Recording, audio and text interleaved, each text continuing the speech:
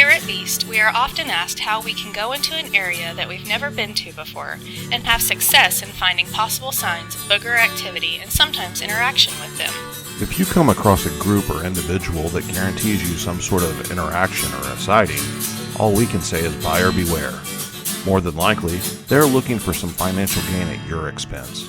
But you can increase the odds of having success in the field. And in part 1 of this video series, we will discuss some of our protocols, procedures, and field advice. Then, in part 2, you will follow along with us to see the rewards of our diligence.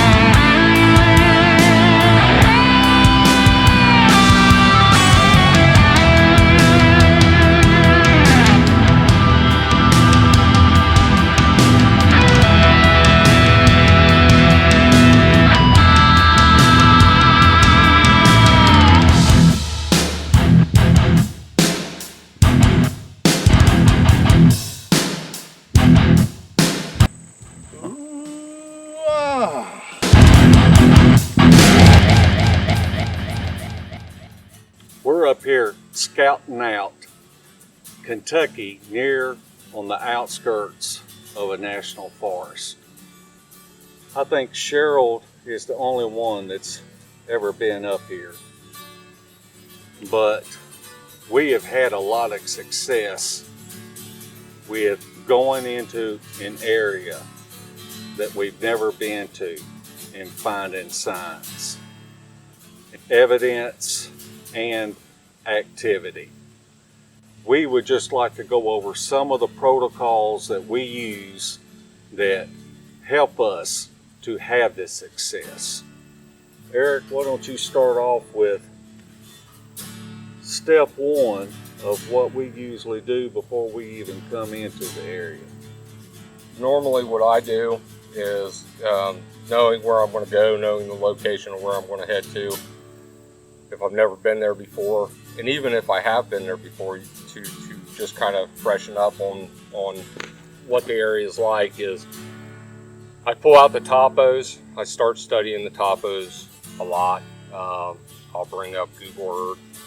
I'll zoom down in on areas. I look at obviously with the topos, you look at the terrain, accessibility in and out, not for me being able to get in and out, but accessibility for Bigfoot, and how remote it is and how thick and dense the area is. I look at the wildlife in that area, what's known in that area. I look at the vegetation in that area, water sources in that area. This is usually about a month process for me. So even coming here, I've been studying a lot of this area, not just where we're camped at, but the whole area of this park for about a month now on the topo. So that's the first thing that I do before I even leave. Once I then get to the area, I get set up. I break out the topos again, my GPS coordinates that I take off of. So when I look at Google Earth too, I will mark, I will plot locations that I find of interest and where I believe that they would be held up. And so I mark those out, and then I take note of the GPS coordinates on Google Earth. And then when I get to the area, I break out the topos again, and on the map itself, and then I jot down the coordinates where I'm at, and then I make a line. I line out to where I had marked on Google Earth to those GPS coordinates, and then from there it's bushwhacking in. those areas. So, yeah, that's my first step. So, once I get in, obviously, then you start looking for signs of activity. Once you establish the signs, or you find things that you believe warrants the research to keep going, then that's when I really then start honing in on their trackway, trying to find their trackway. Just because you find a bend or a break, or even an impression in the ground doesn't mean you're on a trackway, by no means. Just means that they visited that area. Once you get the bend, the break, the little structures, whatever, then you really start honing in and you try to start finding their trackways and establish the trackway. And then from there, man, that's really when your research really starts to kick in. Trying to see their travel pattern, how they're coming in, which route they're taking. And then if you're able to access that area quite often, then you can start setting up and time, date, and stamping their travel through. So that's the gist of what I do. Areas that I go to, even areas that I don't go to. So. Larry, why don't you talk about how we use audio recorders and set them out and then be able to go back and review them. All right. Another way we go into areas and try to develop a travel pattern or whatever is to use audio recorders. We'll go out to an area that we've already found on the topo map, and we'll place recorders in pretty dense cover around waterways. We usually avoid any human trails. We usually try to stay as far away from human activity as possible so that don't contaminate the audio. And it's meticulous to go through all the audio, but you can develop patterns on what times they may come through. You definitely will know what time they were there if you get vocalizations or tree knocks or whatever. But it's a useful tool to place audio out. You got to be diligent going through it. You got to listen to every second, because they can make a vocalization one time and that be it. And you can waste 24 hours of audio by skipping over an hour or two that, you may have caught that audio if they came through that point at that particular time, and that may help you with a piece of the puzzle to know when and where they are at that point. And I know Eric and Kane are good about taking those little pieces of a puzzle and they'll add them together and they'll come up with a whole game plan.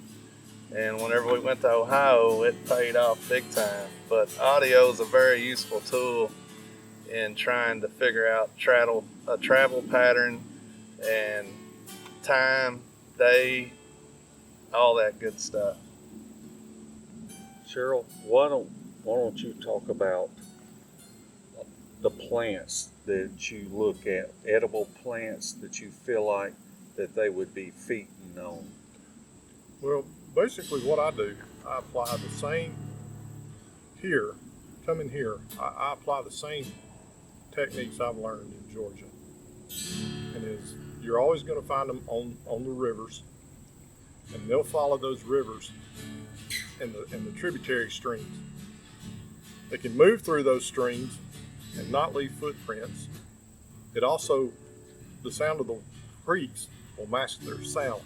There's a lot of food that grows right there on the water. Big food source. Naturally, it's got water to grow. Also, plenty of thickets for them behind.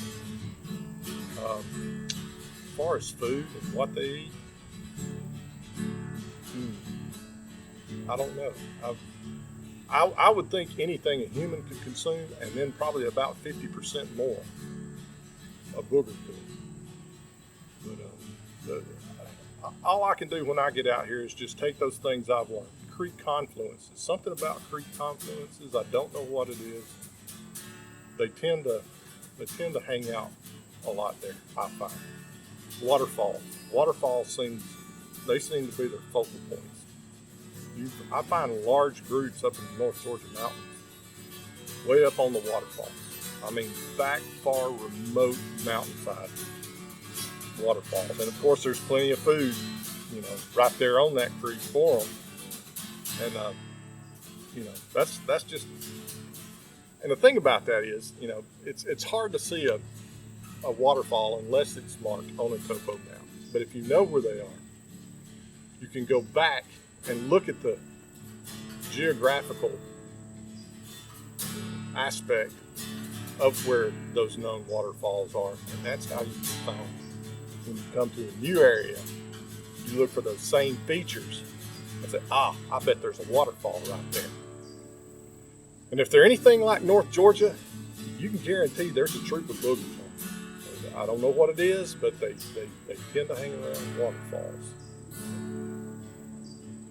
That's what I bring with me.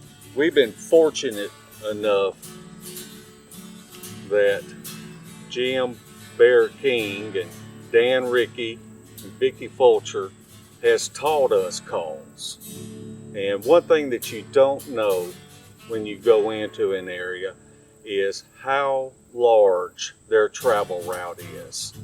That travel route, it could take them as little as 3 days to travel it, or it could take them a month to travel it.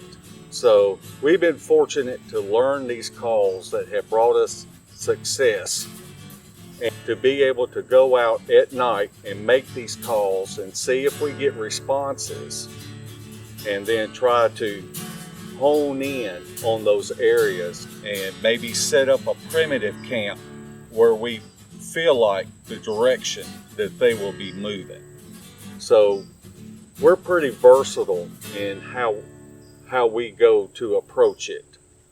We're going to head out a little later on this afternoon, go hit up some different campgrounds and find up good places to set up base camp where we think that we could maybe slide in with hammocks or whatever, where we might find signs and see if we can get some activity at night.